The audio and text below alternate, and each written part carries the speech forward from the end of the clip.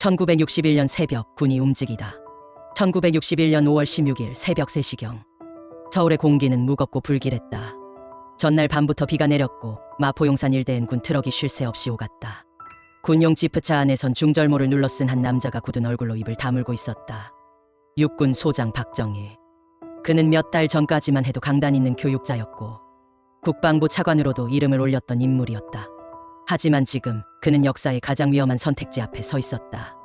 4.19 혁명으로 이승만 정권이 무너진 후 들어선 장면 내각과 제2공화국 민주주의 체제를 향한 첫걸음이었지만 현실은 녹록지 않았다.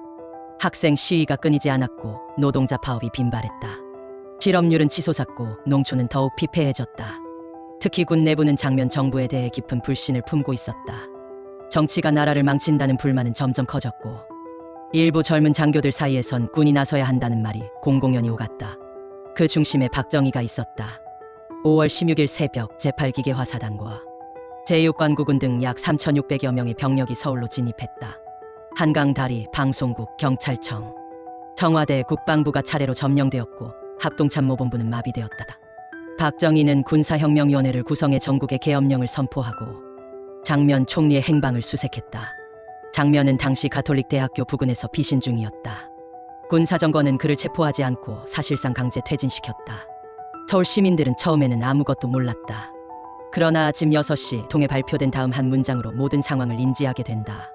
우리는 더 이상 부패와 무질서, 혼란을 참을 수 없다. 나라를 바로잡기 위해 군이 나섰다. 군사정권은 혁명 공약을 발표했다.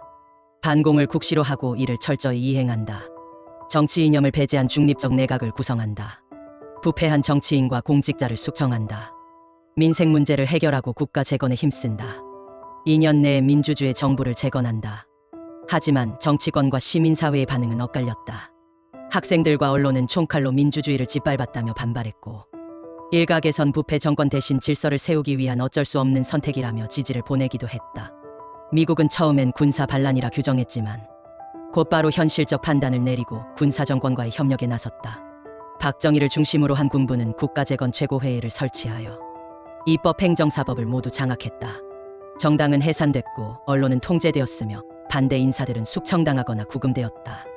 이로써 대한민국의 민주주의 실험은 짧은 휴식에 들어갔고 군사 권위주의 시대가 시작되었다. 5.16 군사정변은 혁명이었는가 쿠데타였는가? 그 평가는 지금도 여전히 역사 속에서 논쟁 중이다. 다만 분명한 것은 이 사건이 대한민국 현대사의 흐름을 극적으로 바꾸었다는 사실이다.